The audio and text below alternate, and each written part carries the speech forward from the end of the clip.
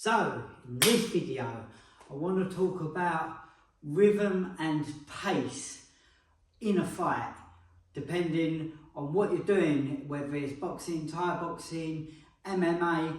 You always have a point where you're standing in front of your opponent, having a feeling out process, and not a lot is happening. So, what should you be doing in this point, and how should you be moving?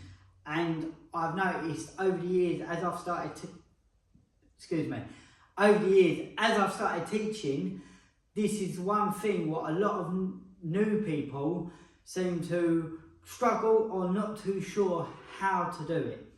So, like I said, depending on what you're doing, if it's boxing, Thai boxing, it might be slightly different. It might be sort of different with your footwork, yeah.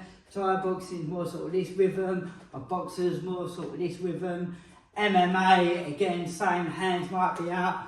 You've got karate, taekwondo, they have a sort of thing like this. But the main thing I want to talk about isn't necessarily the difference with the styles, it's more to do the difference with the pace. So, with new people, either are on one end of the scale or the other end of the scale. They're either going too fast or too slow and not enough movement at all. Now, there's always exceptions to the rule with this, but let me explain. If I'm like this, I'm showing a lot of nervous energy, yeah, I'm moving, I'm constantly fainting, I'm constantly moving, I'm up like this, I'm moving, yeah, you are going to tire yourself out so quick. I even feel tired just doing just that little bit there. You will get tired very, very, very quickly in a fight. Now, like I said, there's always a flip side. If you've got a very, very, very good gas tank, it is important to keep it moving, keep showing them feints and stuff like that. So you might have a slightly higher rhythm than, say, your opponent, but you don't want to go too high and have that sort of nervous energy feel. Yeah, so you just want to try and calm it down just a little bit, yeah? Just check yourself, make sure you're not moving too sporadic, but you are still moving, if that makes sense, yeah? You're not moving unnecessarily, causing you to tire out too much, but you are still moving in a flow state. Reason why as well, you always want to sort of be moving, because it's easier to block, to move, to hide strikes, to help throw stuff. So that's one end of the scale. Other end of the scale is not moving at all, yeah, or almost being too relaxed. Now, this comes in sort of two phases. The stiff type person who feel really nervous and don't quite know how to move, very flat-footed moving like that. That is never good. There's never really an exception to the rule to that. But if you're loose, you can have a really slow pace, yeah? You can have a slow pace. You can move that little bit more slow and methodical. The only problem is, some people say it can be easier to read strikes from people who are moving slow because they just explode into it. But there are advantages to moving slow. When you move slow like this, a lot of the time the other person feels comfortable and slows their pace down a little bit, which almost sort of like, they say, like it can almost hypnotise people. You lull people to sleep. Yeah, if I'm moving nice and slow like this, but I've still got my hands up, I'm still ready.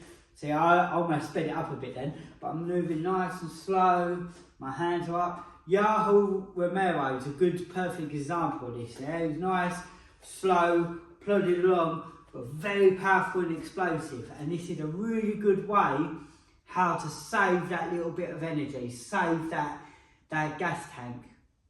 But like I said, if I'm going slow, it can help slow them down, which can sometimes lure them to sleep because it's not going at that certain pace they're used to, so you can end up catching them. But on the flip side, it's giving them time to rest, especially if they come to your pace. Where if you're a lot more moving about, a lot more sporadic, moving around, changing angles, throwing feints, moving, showing different angles, moving about, it forces them to have to move about and move and that. So sometimes they might slow down to try and get you to slow down.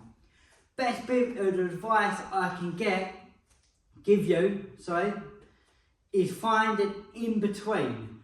Try not to be too moving about and stuff like that where you tire yourself out, but try not to be too slow and relaxed and chilled. Well, again, it doesn't matter if you have your hands down or your hands up. I'm not necessarily talking about that, but if you're a bit too slow, I don't think is that good either, because again, everything sort of, as soon as you do move quick, it can be sometimes very obvious, unless, like I said, unless you manage to give them a full sense of security and lull them to sleep, which, like I said earlier, doesn't always work. You can play about with both of them, especially as you get a bit more advanced. I've tried to do a bit of both. Sometimes you'll do one extreme to the other in the middle of the fight. You might be moving about that and you stop in front of your opponent and literally stop and stay still and watch their reaction. They don't often know what to do, or they mirror you and they'll also stop. It's quite a funny thing to play about with, but obviously do that in sparring. Don't wait for the fight until you do something like that. But again, I'm going off into a bit of a tangent, but best bit of advice, try and find a sort of middle ground where you are moving a little bit, but not too frantic either, yeah? Again, if you're a Thai boxer, you might have the more Thai boxing pace, depending on what sort of style you fight at, whether you're a boxer or whatever, yeah? But try not to move too reckless and try not to be too calm either. And be very, very aware of this when you first start fighting. Because again, I've seen it before, people in the gym will have a lovely pace, and then when the fight comes, because they've got that nervous energy, they're going to be bouncing around a bit too much, and then they tire themselves out. So I'm pretty sure your corner man or your coaches will tell you that. They tell you to relax. That's what they mean by relax sometimes. They just mean to calm that pace down, yeah? So just think about that pace you're doing, yeah? Not too calm, but not too sporadic either. Just a nice, simple pace. Boom, one you can keep up with, one you know you can do the full length of the fight nice and comfortably. If this helps anyone at all, please let me know in the comment section. Share it to someone you think it might help. Hit that subscribe button, and if you would like some more tips on combat sports, then check out this playlist over here.